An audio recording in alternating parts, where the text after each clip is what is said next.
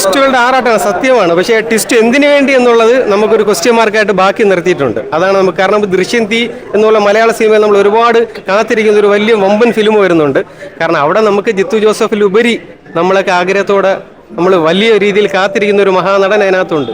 അദ്ദേഹത്തിൻ്റെ performance overall ഒരു പടത്തിലെ director മാത്രം വിചാരിച്ചു കഴിഞ്ഞാൽ ആ പടത്തിനെ കൊമ്പത്ത് കൊണ്ടുവരാൻ സാധിക്കില്ലല്ലോ.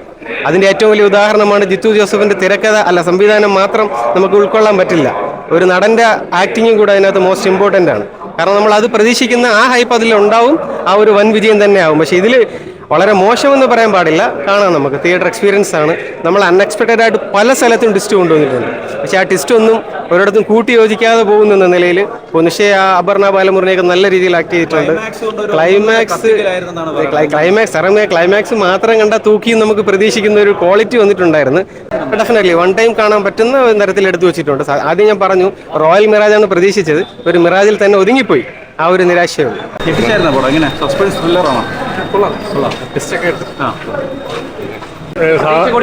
പ്രതീക്ഷ ഇല്ലാതെ വന്നത്, ആ പ്രതീക്ഷ ഇല്ലായ്മയിൽ നിന്നു. അതായത് നമ്മൾ കണ്ടുമെടുത്ത കാര്യങ്ങൾ ഇപ്പോൾ ഒരു 10-20 വർഷം മുമ്പ് ഇറങ്ങിയിരുന്നെങ്കിൽ ചിലപ്പോൾ അത് ഹിറ്റാകുമായിരുന്നു. ഈ വീണ്ടും ഒരേ പാറ്റേണുകൾ വന്നിട്ട് എന്ത് കാര്യം? നമ്മുടെ ക്യാഷും പോയി, സമയവും പോയി.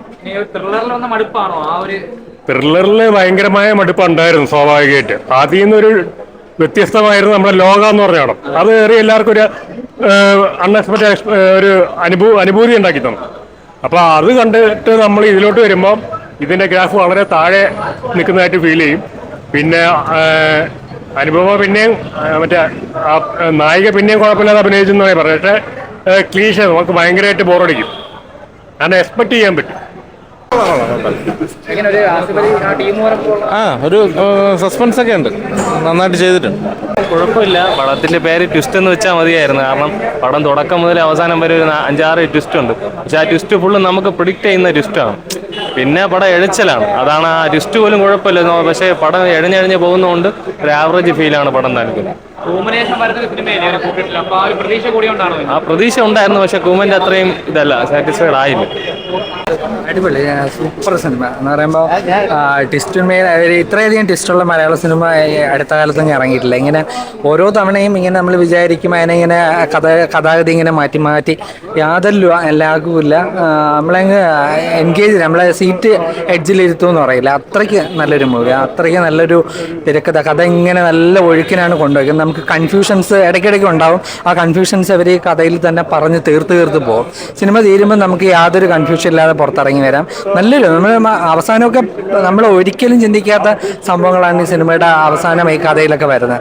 അടിപൊളി. നമുക്ക് ഒരു അടുത്തൊരു എന്താ പറയുക സൂപ്പർ ഹിറ്റ് എന്ന് വേണമെങ്കിൽ പറയാം. അത്രയ്ക്ക് സിനിമ എന്ന് പറയുന്നത് ഒരു ആവറേജ് ഫ്ലിക്കാണ്. വേറെ അതായത് ജിത്തു ജോസഫ് പടം എന്ന് പറയുമ്പോൾ പ്രത്യേകിച്ച് ത്രില്ലർ സിനിമ എന്ന് പറയുമ്പോഴത്തേക്കും നമ്മൾ അല്ല നോർമൽ പടങ്ങൾ എടുക്കുമ്പോൾ അതെല്ലാം പോയിട്ടുണ്ട്, എന്നല്ല. ത്രില്ലർ പടങ്ങൾ ഇതുവരെ ജിത്തു ജോസഫിന് വീഴ്ച വന്നിട്ടില്ല. പക്ഷേ ഈ പടം അത് വെച്ച് നോക്കുമ്പോൾ ഒരു താഴ്ന്ന ലെവലിലാണ് നിൽക്കുന്നത്. കാരണം ഒരു ഹൈ മൊമെന്റ്സോ ഫീലിങ്ങോ കാര്യങ്ങളോ ഒന്നും തരാനില്ല. അത് സാധാ നോർമൽ ഒരു പടമാണ്.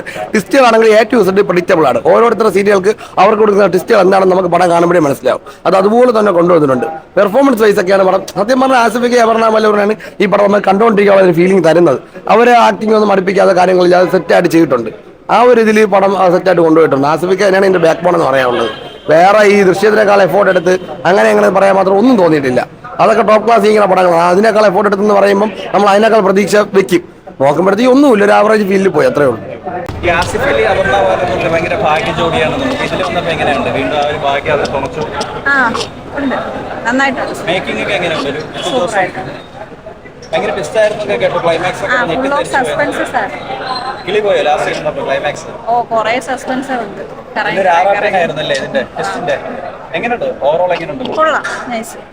മിറാജ് എനിക്ക് ഓവറോൾ എനിക്കൊരു ആവറേജ് അനുഭവമായിട്ടാണ് എനിക്ക് തോന്നിയത്. സിനിമ തുടങ്ങി ആ ഒരു പ്ലോട്ടെല്ലാം സെറ്റ് ചെയ്ത് ആ ഒരു മിസ്റ്ററി, ആ ഒരു സംഭവം ജോണറിൽ തന്നെയാണ് സിനിമ പൊയ്ക്കൊണ്ടിരുന്നത്.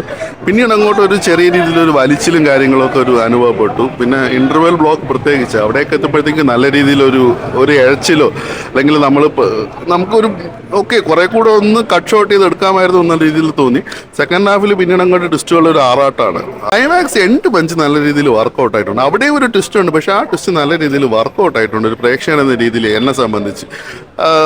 അത് അപ്പോഴത്തേക്ക് ആ ഒരു ഹൈ മൊമെന്റ് കിട്ടി. അപ്പം പുതുമയെന്ന് പറയുമ്പോഴത്തേക്കും അത് പറഞ്ഞു കഴിഞ്ഞാൽ അത് സ്പോയിലറായി പോകും. മെമ്മറീസ് തന്നെയാണ് കുറെ കൂടെ ഒരു നല്ല രീതിയിൽ, മെമ്മറീസിന്റെ ഒരു ഇമോഷണൽ കണക്ട് ഉണ്ടായിരുന്നു, പക്ഷെ ഇവിടെ ഒരു ഇമോഷണൽ കണക്ട് നല്ല രീതിയിൽ എസ്റ്റാബ്ലിഷ് ചെയ്യാൻ സംവിധായകന് കഴിയാത്തതുപോലെ തോന്നി. പക്ഷെ എന്നിരുന്നാലും നമുക്ക് കണ്ടിരിക്കാം, ബോറടിപ്പിക്കുന്ന ലാഗടിപ്പിക്കുകയോ ഒന്നും ചെയ്യുന്നില്ല.